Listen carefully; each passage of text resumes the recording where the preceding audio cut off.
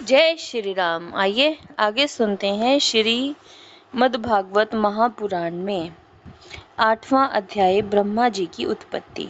श्री मैत्रेय जी ने कहा, विदुर जी, आप भगवत भक्तों में प्रधान लोकपाल यमराज ही हैं।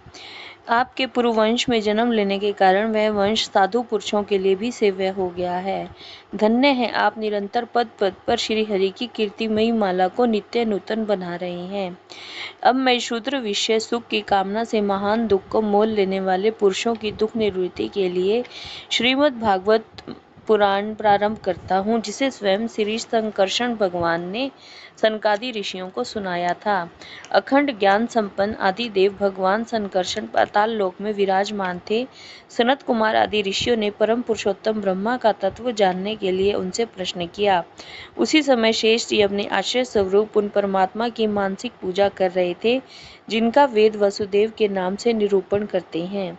उनके कमल कोश सरीखे नेत्र बंद थे। प्रश्न करने पर सनत कुमार आदि ज्ञानी जनों के आनंद के लिए उन्होंने अधखुले नेत्रों से देखा।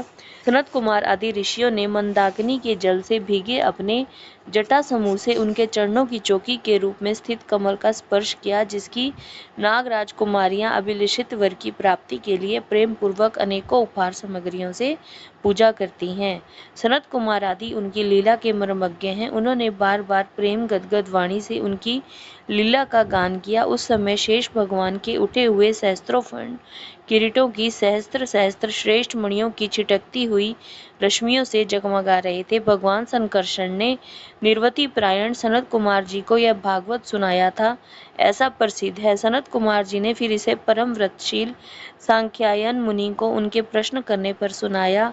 परमहंसों में प्रधान श्री सांख्यायन जी को जब भगवान की विभूतियों का वर्णन करने की इच्छा हुई, तब उन्होंने इसे अपने अनुगत शिष्य हमारे गुरु श्री पराशर जी को और बृहस्पति जी को सुनाया।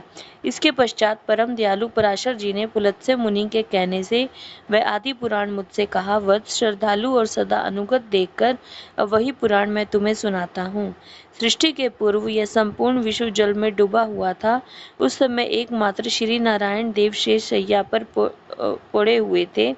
वे अपनी ज्ञान शक्ति को अक्षुण्ण रखते हुए ही योग निद्रा का आश्रय ले अपने नेत्र मूंदे हुए थे।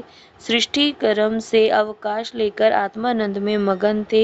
उनमें किसी भी क्रिया का उन्मेष नहीं था। जिस प्रकार अग्नि अपनी दाहिका आदि शक्तियों को छुपाए हुए काष्ठ में व्याप्त रहता है, उसी प्रकार श्री भगवान ने संपूर्ण प्राणियों के सूक्ष्म शरीरों को अपने शरीर में लीन करके अपने आधारभूत उस जल में शयन किया। उन्हें सृष्टि काल आने पर पुनः जगाने के लिए केवल काल शक्ति को जागृत रखा।